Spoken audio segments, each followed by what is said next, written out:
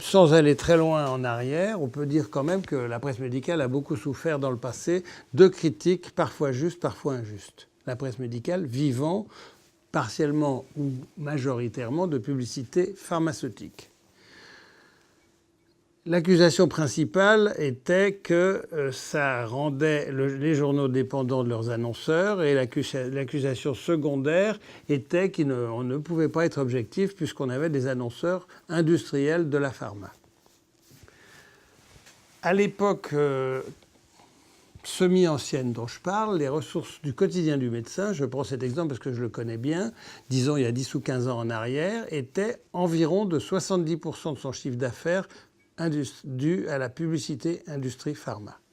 Les 30%, le reste, c'était les différentes activités, les abonnements très importants, les annonces classées qui sont extrêmement importantes chez nous et qui marchent très bien, et diverses ressources. Bon. Actuellement, les ressources publicitaires du groupe sont actuellement de 15% de l'industrie pharmaceutique, d'annonces publicitaires pharma, sur le total de notre chiffre d'affaires. Sur certains de nos titres, elles montent à 25%. Autrement dit, on est passé de 70% à 25%. À cela, deux raisons. La première, beaucoup moins d'annonceurs, et la seconde, beaucoup moins d'annonces. Il faut arrêter le presse médical bashing. Il faut juger sur pièce.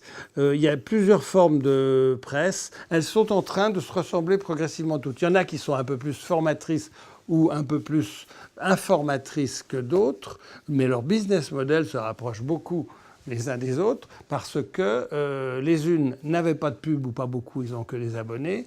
Les autres avaient beaucoup de pubs mais n'en ont presque plus et fonctionnent sur un business model qui ne peut être que celui du modèle payant et des activités. On a une boutique en ligne qui marche très bien.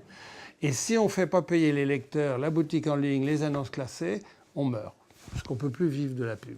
C'est aussi bête que ça.